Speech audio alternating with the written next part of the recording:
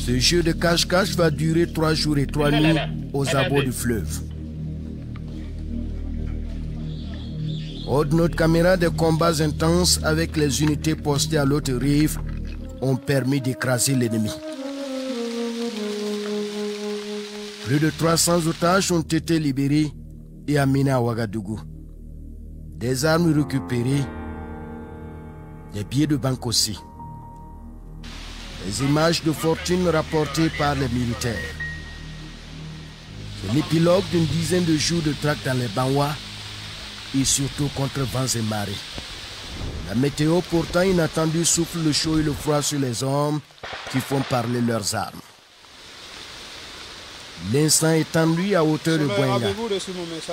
Au bout du fil, le capitaine Soleil qui seconde le capitaine Ouattaou depuis le centre des opérations.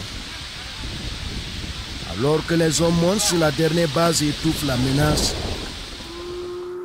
le commandement prépare la consolidation en terrain conquis. Des centaines de VDP formés et équipés sont prêts à être déployés sur toute la zone de la campagne militaire dans les Banwa et la Koussi. Dar Salam, Sanakui, Sankui, Zamzaka, Koumana. Des dizaines de villages désormais libres pris en main par les volontaires pour la défense de la patrie.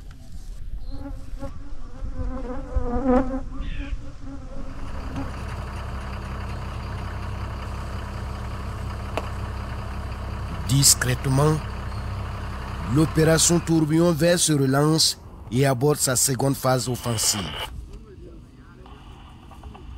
La suite, nous avons rendez-vous avec un certain Pinga, capitaine de l'armée à la tête d'une unité de choc. Sa mission est de reconquérir la commune de Di et ses environs. C'est dans la vallée du Sourou. Au petit matin, nous retrouvons le commando prêt à reprendre la route après une nuit de repos. L'unité Dragon ou encore le 10e bataillon d'intervention rapide en tête est suivi du 18e BIR.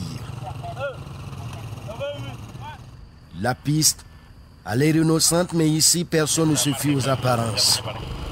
Il avait été dit qu'elle nous conduirait à l'état-major des terroristes de la zone. Le capitaine Pigan le sait bien pour avoir manœuvré plusieurs fois dans ce fuseau. Un peu devant comme ça là, vous pouvez aller là-bas. Oui, je suis en train de... Voilà, sommairement, puis vous repliez carrément, vous laissez à l'arrière quoi. Là c'est mieux. Maintenant si moi je vois que c'est un peu clair là, je vais vous dire ici. Parce que la zone là, la zone de tourisme ici là, c'est trop... c'est trop dur. On empruntait ici là, 1, 2, 3 là. On peut faire 10 heures pour faire 10 km. Dans l'herbe là, ici, là, un peu devant là, peut-être qu'on va arriver là, on va voir les carcasses des véhicules. On commence à tracer dans l'herbe là, ils viennent et puis mettre. Quelques consignes pour nous garantir la sécurité dans l'opération. L'officier est très regardant sur la vie de ses hommes. Les démineurs ici traquent minutieusement les engins explosifs improvisés. C'est la bête noire des militaires en opération.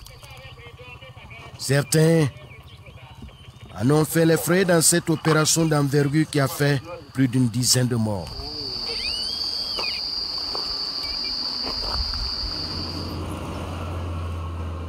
Comme à sa première phase, la mission est celle de multiples soubresauts. Les fantassins aux aguets l'emportent face à des guetteurs rusés et toujours en fuite. Tiaou, Ulkoum, Poura, des villages habités mais apurés. La destination Di est à une dizaine de kilomètres. Le capitaine Pinga, un rocher parmi les hommes, est prêt à prendre l'ennemi de face.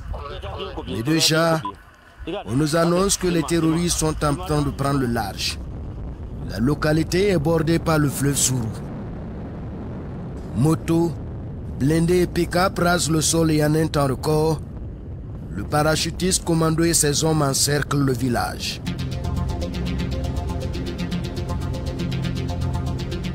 La tension est palpable. Di retient son souffle. Les têtes pensantes du terrorisme dans la zone viennent de tomber dans la nasse. Mais rien n'est encore concluant. Les éléments résiduels se sont repliés dans les villages environnants. Alors, la chasse à l'homme continue sur un rayon de près d'une vingtaine de kilomètres.